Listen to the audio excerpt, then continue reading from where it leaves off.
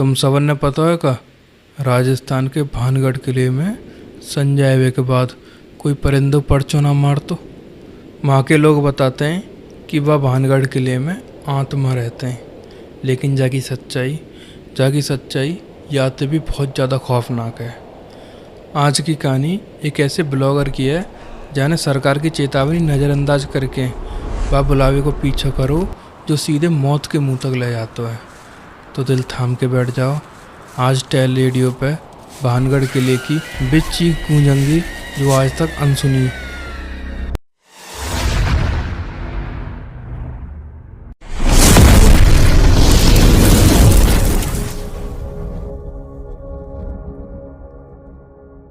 और जी सबन के काल चाल हैं ठीक ठाक बढ़िया।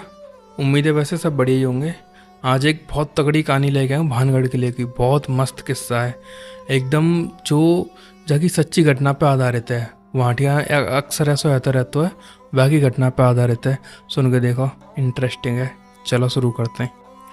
दुनिया में दो तरह के लोग होते हैं, एक तो वे जो किस्से कहानी इन सबन पे विश्वास करते हैं, और दूसरे वे जो मौत से पहले किस्से कहानी कहावत या फिर कोई लोक कथा कोई भी प्रथा बा पे कोई विश्वास ना करता। राजस्थान के अलवर जिले में बसा भानगढ़ किला महज एक खंडर ना है, बल्कि ऐसी आत्माओं को बसेरा है जिन्हें सांझ आवे के बाद इंसान की मौजूदगी बिल्कुल बर्दाश्त ना है।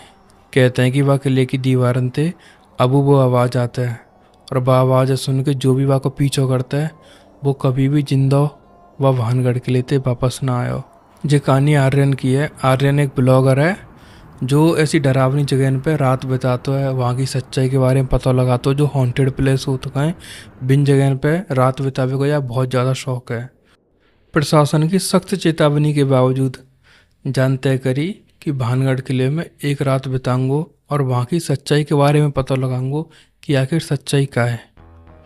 तो शाम के 6 बजे जो भारतीय लोग बाग आते रहते हैं जो भानगढ़ किले देखवे का जाए, यानी कि जो पर्यटक आते हैं, बिन सबन की भीड़ कम है गई। और जो भानगढ़ किले के बड़े बड़े गेट अटकाए, बिन के पीछे गहरा अंधेरा और सन्नाटो छह गो।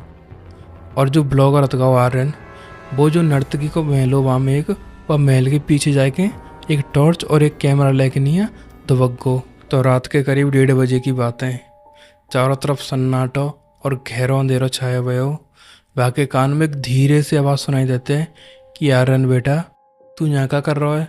मैं तेरा ऊपर इंतज़ार कर रही हूँ महल में। वो आवाज़ आई बाकी मम्मी की। वह आवाज़ सुन के वो एकदम चौंक जाता है। वहाँ की हवा में एक बहुत मनमोहक सी खुशबू खुल जाता है, और हवा में एक आवाज़ सुनाई देते हैं जो घुंघरून की आवाज़ आई, छन छन छन ऐसे करके नहीं है। तो आर्यन अपना कैमरा घुमाता है और अपनी टॉर्च जलाता है। पूरे महल में चारों तरफ देखता है तो वह महल में सिर्फ वह अंधेरा और कुछ कटीली झाड़ी और वह महल के जो खंडर है का जो पत्थर, पिन के सिवा वह कछु ना दिखा था। तो वो महल में ऊपर जाता है। जैसे ही सीढ़ी पर चढ़वा स्टार्ट करता है तो फिर सीढ़ी पे वह एकदम ताज़ा खून के निशान मिलते हैं, यानी कि जो खून की बूंद टपकी हुई होती है बेवार सीढ़ी पे मिलते हैं वह सब जगह। जैसे जैसे चढ़ते जाते हो वैसे वैसे वह मिलते जाते हैं। भाई खून की बूंद ने देख के नहीं है, वो बहुत ज़्यादा डरबे लग जाता है, एकदम बहुत ही ज़्यादा चिल्लावे की चीख भी कोशिश करता है, लेकिन बाकी कोई आवाज़ ना निकलते गले थे।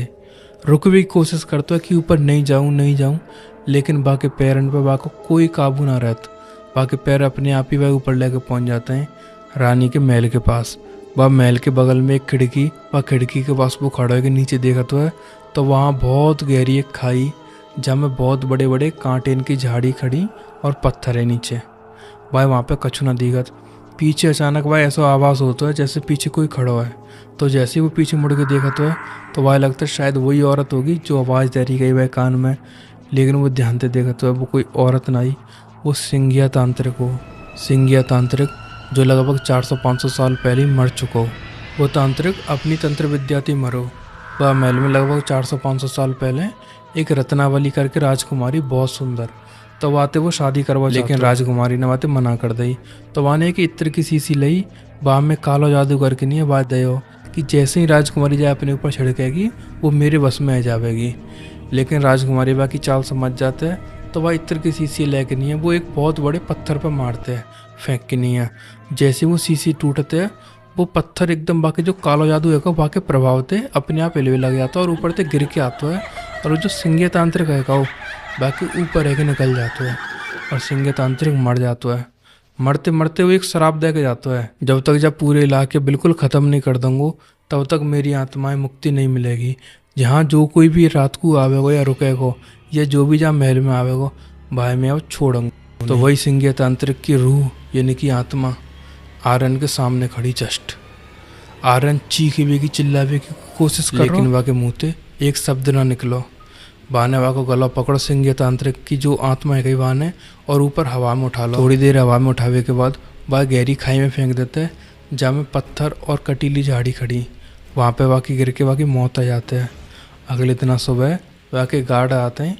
गार्ड देखते हैं कि जी मर गया है वह की मतलब पुलिस वगैरह आ जाता है, छानबीन करते हैं। तो बिन्ने बस एक टूटा हुआ कैमरा मिलता है और वह कैमरा मिल जाता है एक मेमोरी कार्ड है। वे चेक करते हैं कि आखिर भयो का शायद कछु रिकॉर्ड हुआ है। तो वहाँ में देखते हैं बिना कछु रिकॉर्डिंग ना मिलते खास एक अजीब सी हंसी की आवाज़ पीछे से आ रही होता है वाकई ते जो एकदम बहुत ज़्यादा डरावनी होता है।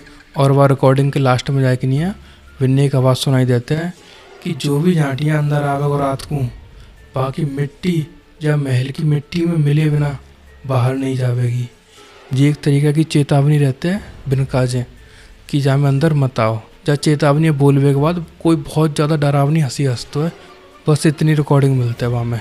तो अगर कबू तुम भानगढ़ किले में जामे तो याद रखियो वहाँ को जो सन्नाटो है ना बहुत गहरा है। वहाँ को सन्नाटो बहुत कछु बोलतो है, याद रखियो। आज की कहानी कैसी लगी जी कमेंट करके बता दियो ध्यान से। और वीडियो लाइक कर दियो, शेयर कर दियो, चैनल कर दियो सब्सक्राइब। ठीक है, धन्यवाद। राधे राधे।